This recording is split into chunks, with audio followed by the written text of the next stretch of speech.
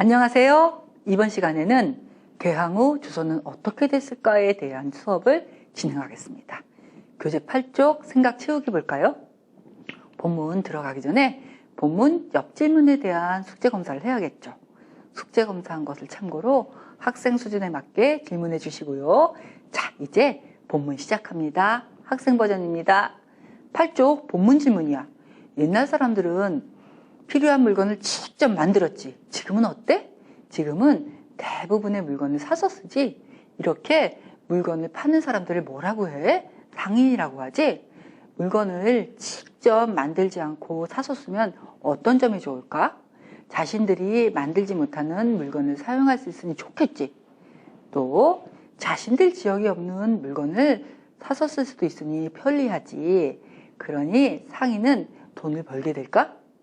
돈을 더 많이 벌고 싶은 욕심이 생긴 영국의 상인들은 어떤 것을 만들어냈어? 옷감을 더 빨리, 더 좋게 만들 수 있는 기계를 만들었지. 기계 덕분에 어떤 일이 벌어졌어? 옷감뿐만 아니라 다른 물건들도 더 빨리, 더 좋게 만들어낼 수 있게 되었지. 이 사건을 뭐라고 해? 산업혁명이라고 하지. 혁명이라고 부를 정도면 엄청난 사건이지. 산업혁명으로 영국이 돈을 많이 벌자 주변에 있던 여러 나라들도 산업혁명을 했지. 그래서 어떤 일이 벌어졌는지 그림 보자. 그림 질문이야. 영국 보자. 공장에서 만든 공산품이 쌓여있지. 영국인이 주먹을 쥐고 뭐라고 하고 있니? 개항하라고 하는 것이지. 개항은 한글을 개방한다는 뜻이야. 왜 개항을 하자고 해? 자신들이 만든 물건을 다른 나라에 팔기 위해서지. 청나라 사람은 어떻게 하고 있니? 굽신거리고 있지. 청나라가 영국보다 힘이 약했다는 것을 뜻할까? 이러니 청나라는 어떻게 했니? 결국 개항하고 말았지. 개항 후에 어떤 일이 벌어졌니? 공산품을 비싸게 사고 농산물을 싼값에 팔아야 했지. 청나라는 농산물과 수공업품을 팔았지. 다른 나라도 마찬가지로 공산품을 수입하고 자기네 농산물을 팔았어. 그쪽 본문 질문이야. 기계는 쉬지 않고 언제든지 물건을 만들 수 있지만 농사는 어때? 1년에 한 번만 지을 수 있지. 그러니 무턱대고 개항을 하면 어떻게 될까? 먹을 식량이 부족해지지. 이러니 침략당한 사람들은 어떻게 되었어? 개항 이후 살기가 더 힘들어졌지. 이렇게 자신의 나라의 이익을 위해서 다른 나라를 침략하는 나라들을 어떤 나라라고 해? 제국주의 국가라고 하지. 이런 제국주의 국가들이 개항을 요구하자 중국과 일본, 조선도 어떻게 했어? 제국주의 국가들이 들어올 수 없도록 문을 꽁꽁 닫았지. 그러나 막지 못했어. 왜 막지 못했을까? 제국주의 국가는 발달된 과학기술로 첨단 무기를 만들었어. 그리고 여러 나라와 전쟁을 치러본 경험도 있었어. 이러니 제국주의 국가들의 위협을 피할 수 있었을까? 결국 청나라는 어떻게 되었어? 1842년 영국과 프랑스의 공격에 어쩔 수 없이 굴복했지. 일본은 어떻게 되었니? 1854년에 미국이 그남을 이끌고 오자 할 수 없이 개항했지? 그림 보자. 여기 지도 보면 청나라를 침략한 나라는 영국이지. 일본을 침략한 나라는 미국이지. 그림 보자. 뒤이어 우리나라에도 쳐들어오지. 우리나라 군인은 어떻게 하고 있어? 문을 걸어 잠그고 들어오지 마! 하고 이렇게 지키고 있지. 10쪽 본문 질문이야. 조선에 처음으로 쳐들어온 나라는 어느 나라니? 프랑스지. 언제 쳐들어왔어? 1866년 병인년에 쳐들어왔지. 그래서 이 사건을 뭐라고 해? 병인 양요라고 하지. 프랑스는 함대 3척으로 강화도를 점령하고 무엇을 요구했어? 자기네들과 무역하기를 요구했지. 이에 조선 정부는 어떻게 했지? 프랑스의 요구를 거부하고 프랑스와 격전을 벌였지. 어디에서 싸웠어? 정족 삼성에서 싸웠지. 이 싸움은 어떻게 되었니? 양원수 장군이 이끌던 조선군이 프랑스군을 크게 물리쳤지. 그러자 프랑스군은 어떻게 했어? 더 이상 무력으로 조선을 정복할 수 없다고 생각하고 강화도에서 물러났지. 그림 보자. 여기 위에 있는 그림 봐. 프랑스군이 도망가고 있지. 손에 든 것은 무엇일까? 조선에 있던 서적과 은 같은 거야. 왜 이것들을 가져갔을까? 조선을 정복하지 못했으니 화가 나서 그랬겠지? 아래 그림 보자. 신미양요라고 적혀 있지. 누가 쳐들어온 거야? 미국 깃발 보이니? 미국이 쳐들어온 거야. 미국에 맞서 앞에서 지휘한 장군 누굴까?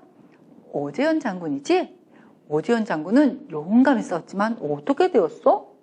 구식무기로 미국의 신식무기를 당해낼 수 없었지. 결국 이 전쟁에서 누가 승리했어? 미국이 승리했지. 하지만 미국은 우리나라를 침략하지 못하고 물러났지. 미국은 왜 뜻을 이루지 못하고 물러났어? 조선군이 끝까지 강력하게 저항했기 때문이지. 선생님 버전입니다.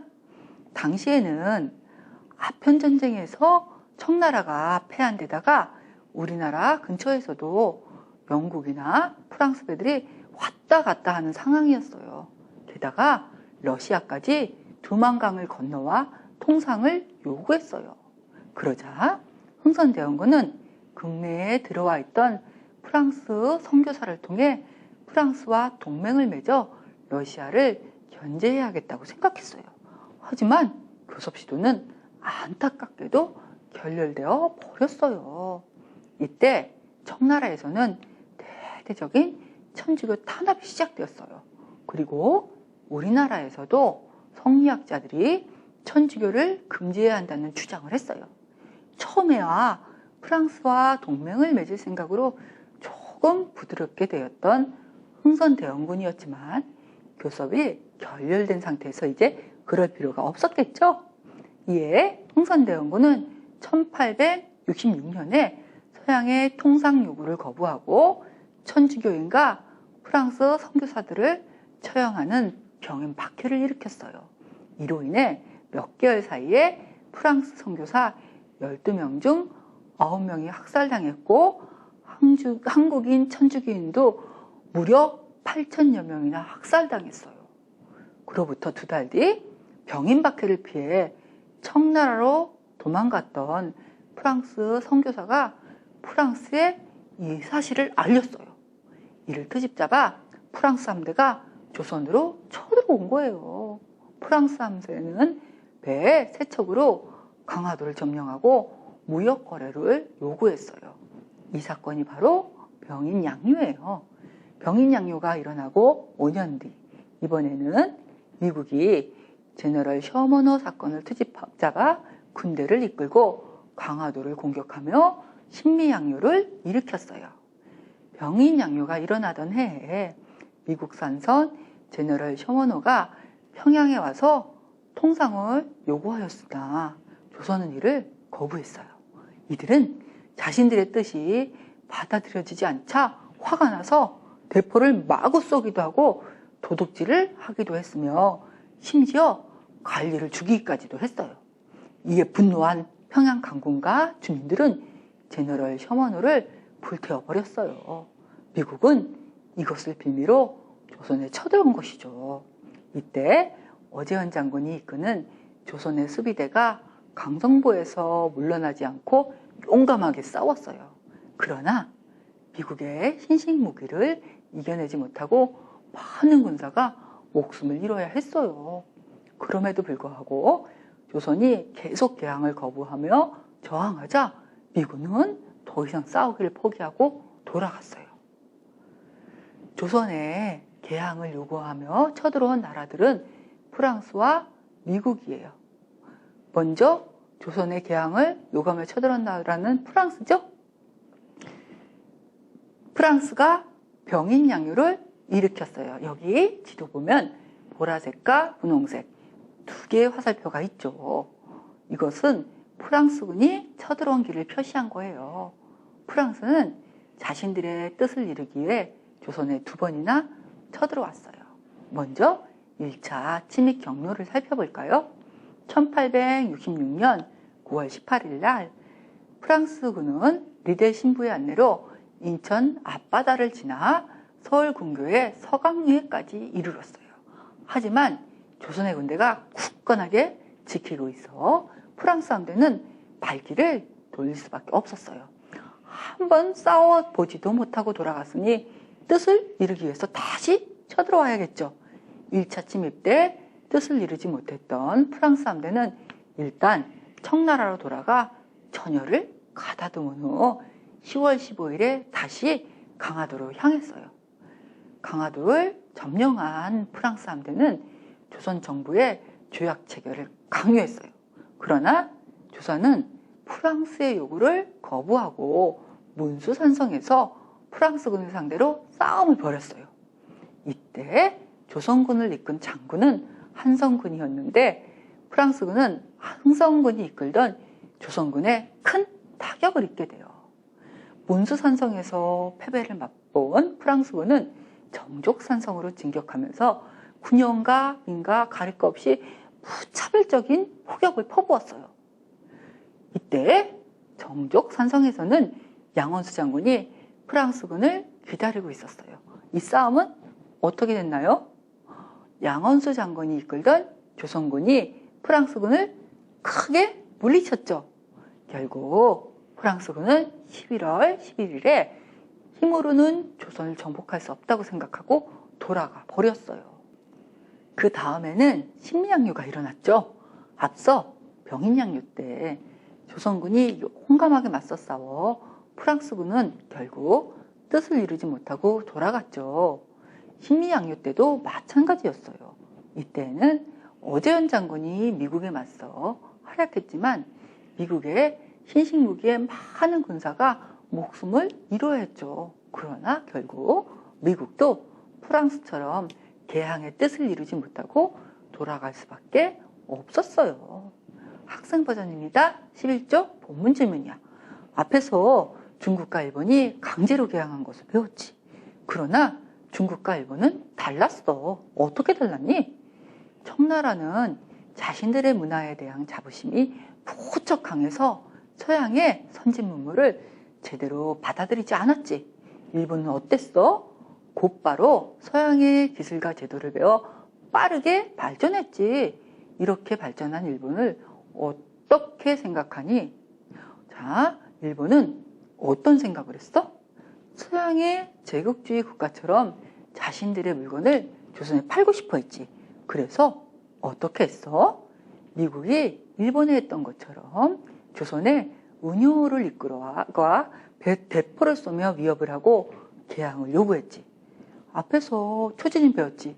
그곳에 와서 대포를 빵빵 쐈어. 그러자 고종과 명성황후는 어떻게 했어? 그림 보자. 일본이 어떻게 하고 있니? 손에는 총을 들고 있고 성 앞에는 대포를 여러 대 갖다 놓고 위협하고 있지. 저렇게 위협하니 결국 어떻게 했어? 강화도 조약을 맺고 나라의 문을 열 수밖에 없었지. 선생님 버전입니다.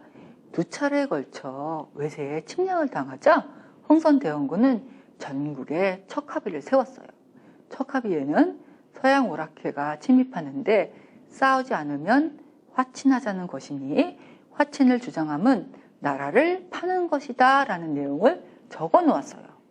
척합의를 세운 이유는 통상을 반대한다는 의지를 널리 알리기 위해서였죠. 하지만 흥선대원군이 물러나고 고종이 즉위했을 때 정책이 바뀌었어요. 나라의 문을 열자고 정책이 바뀐 것이죠.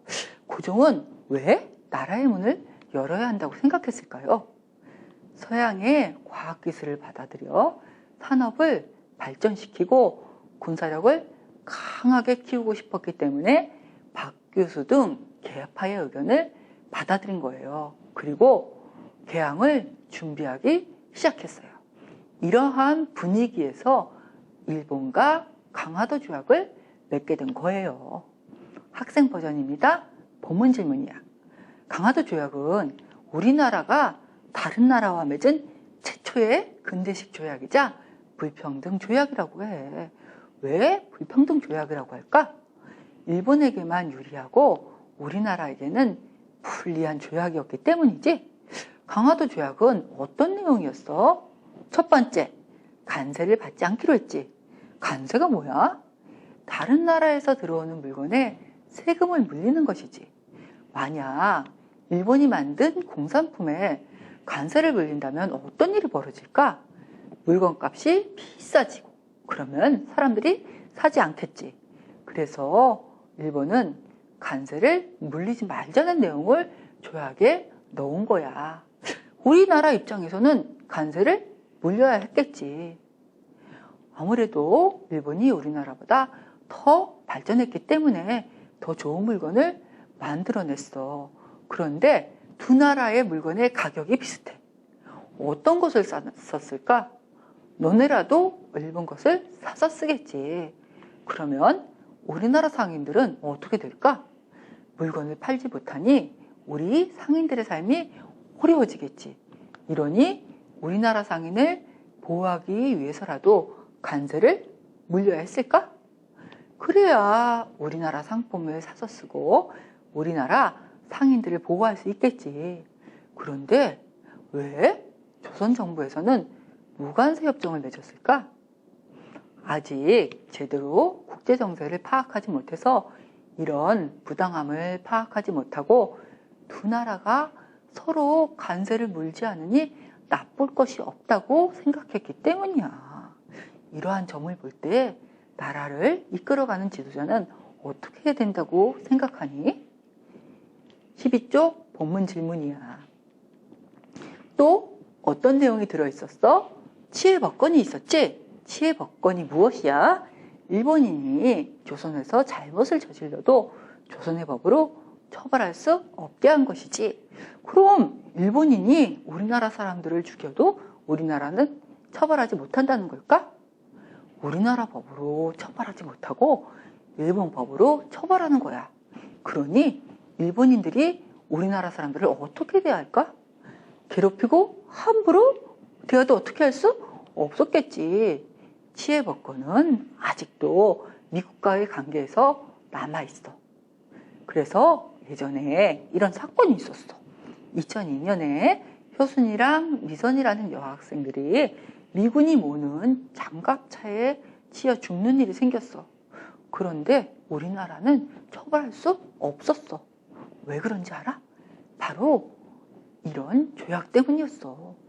미군은 미국의 법으로 처벌을 받게 되었지만 미국에서 어떻게 했을까?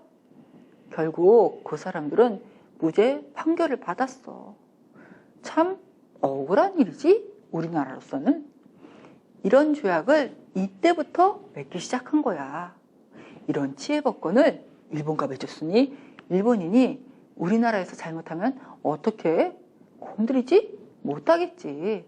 그리고 부산, 원산, 제물포 이 세 항구를 개항하기로 하고 개항한 항구 근처에 일본인이 살 수 있도록 하는 내용도 있었지. 그러니 공산품이 많이 들어오고 농산물은 많이 가져갈까? 개항 후 일본은 어떻게 했어? 조선에 공산품을 팔아 많은 이득을 보면서 조선에서는 쌀과 콩 등의 곡식을 많이 가져갔지. 그러니 조선은 어떻게 되었어? 곡식값이 많이 올라 백성들의 생활이 상당히 어려워졌지. 이러니 사람들은 외세, 특히 일본의 어떤 마음이었니? 저항하는 마음이 커졌지. 그림 질문이야. 위에 있는 그림 보자. 개항 초기만 해도 어땠니? 일본인은 어느 지역에서만 무역을 할 수 있었어?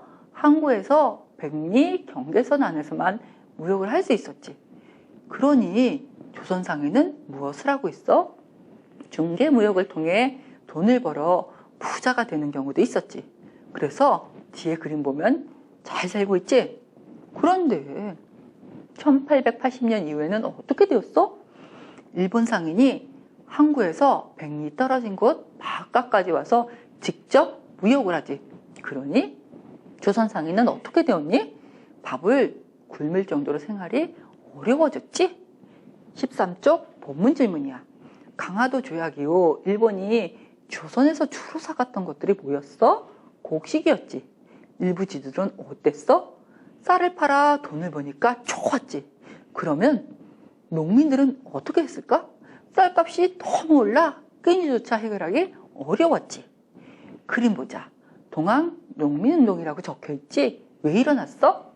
관리들의 행포가 심해져서 더 이상 견딜 수 없었던 농민들이 동학을 중심으로 저항하는 운동을 일으켰지. 하지만 실패했어. 왜 실패했어?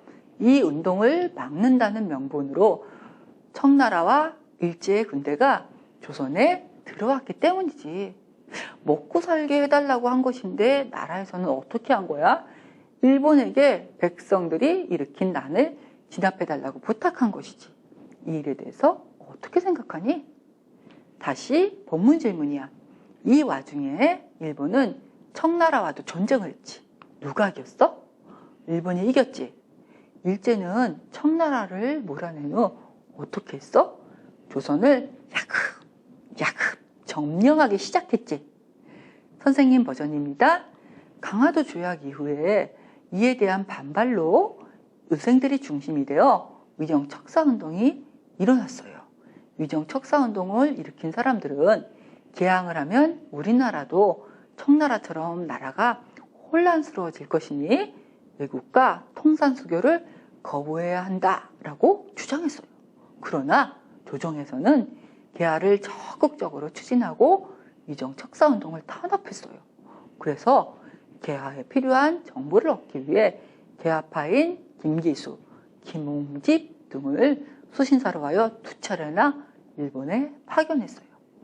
1880년에는 일본에 조사 사찰단을 파견하여 정부기구, 산업시설, 문화시설 등을 시찰하게 했으며 청해는 영선사를 파견하여 군대 무기 제조기술과 군사훈련법을 배우게 했어요.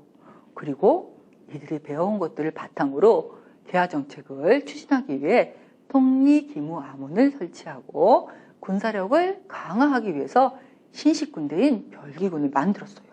그러나 별기군과 구식군인에 대한 차별이 너무나 심해서 이로 인해 이모군란이 일어났어요. 그러자 민씨 정권은 이모군란을 진압하기 위해 청나라에 군사를 요청했어요. 이에 청나라는 군대를 파견해서 난리를 진압하고 대원군을 청으로 잡아가 버렸어요. 이렇게 해서 이모군란은 진압되었지만 청나라의 도움을 받았기 때문에 조선은 청나라의 간섭을 받게 되었어요.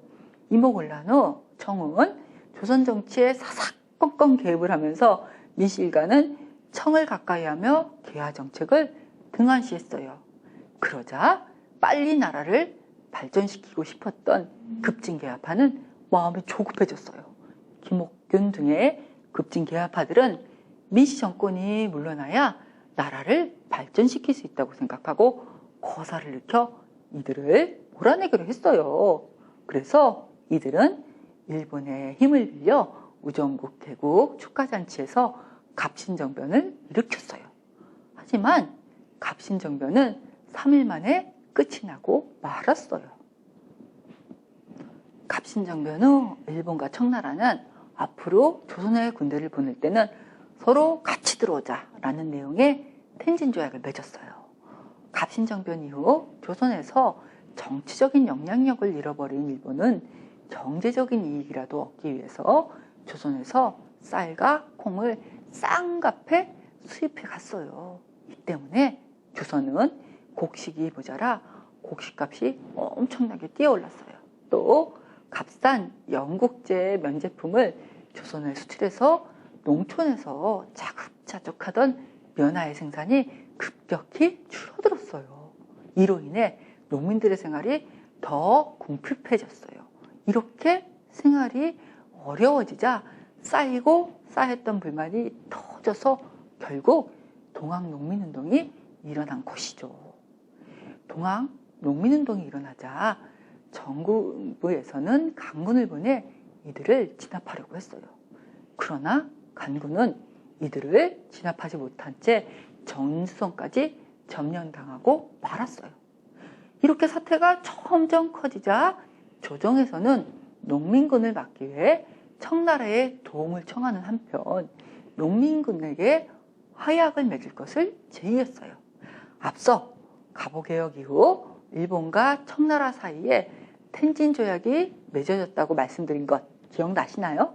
바로 그 텐진 조약에 의해 청나라뿐만 아니라 일본도 함께 조선에 들어오게 되었어요. 일이 이렇게 되자 외국 군대가 우리나라에 주둔할까봐 걱정이 된 농민군들은 조정과 전주화약을 맺고 전주성에서 철수했어요. 그런데 일본군은 농민군이 해산한 후에도 철수하지 않고 무력으로 경복궁을 침범한 후 청일전쟁을 일으켰어요. 당연히 청나라가 승리할 거라는 세계의 예상을 지었고 이 전쟁에서 일본이 승리를 거머쥐게 돼요. 청일전쟁에서 승리한 일본이 우리나라에 눌러 앉으려 하자 우리 힘으로 일본을 몰아내기 위해 20만 명이나 되는 농민군들이 다시 논산에서 모였어요. 농민군은 한약으로 진격하기 위해 북으로 올라가다가 공주 우금치에서 일본군과 대대적인 전투를 벌였어요. 농민군은 12일 동안 50여 차례 전투를 벌였지만 최신 무기로 무장한 일본군을 이길 수는 없었어요. 결국 수많은 농민군이 우금치에서 죽었고 전봉준과 그의 동료들은 체포되어 사형당하거나 여러 곳으로 흩어져야 했어요. 이후 일본은 본격적으로 우리나라에 대한 침략을 강행하기 시작했어요. 이제 배운 내용을 노래로 정리해 볼까요? 얘들아, 강화도 조약은 불평등 조약이라고 했습니다. 네. 왜 그런지 한번 보자. 처음에 관세를 무관세. 내지 않는 무관세. 네. 그다음에 일본인은 처벌하지 못한 대본이. 지혜법권. 그다음에 항구를 개방해야 됐지. 네. 그래서 기계로 만든 무엇을 비싸게 샀어? 공산품. 그리고 곡식은 어떻게 됐니? 모조리 모조리 빼앗겼어요. 그러니까 백성들은 어땠어? 힘들어요. 살기가 힘들어요. 네. 잘했어. 우리 이것을 노래로 불러보자. 네. 시작. 강화도 조약은 너무나 불공평해. 무관세 지혜법권 항구의 개방. 공산품은 비싸고 곡식은 빼앗기니 백성은 힘이 들어 힘들어. 아유, 잘했어. 네. 노래로 배운 내용을 정리했다면 수업 직후 복습을 해주시면 됩니다. 이번 시간에는 개항 이후 조선의 변화와 혼란에 대해 알아보았습니다. 다음 시간에는 대동여지도를 왜 만들었을까라는 주제를 가지고 강의를 진행하겠습니다. 수고하셨습니다.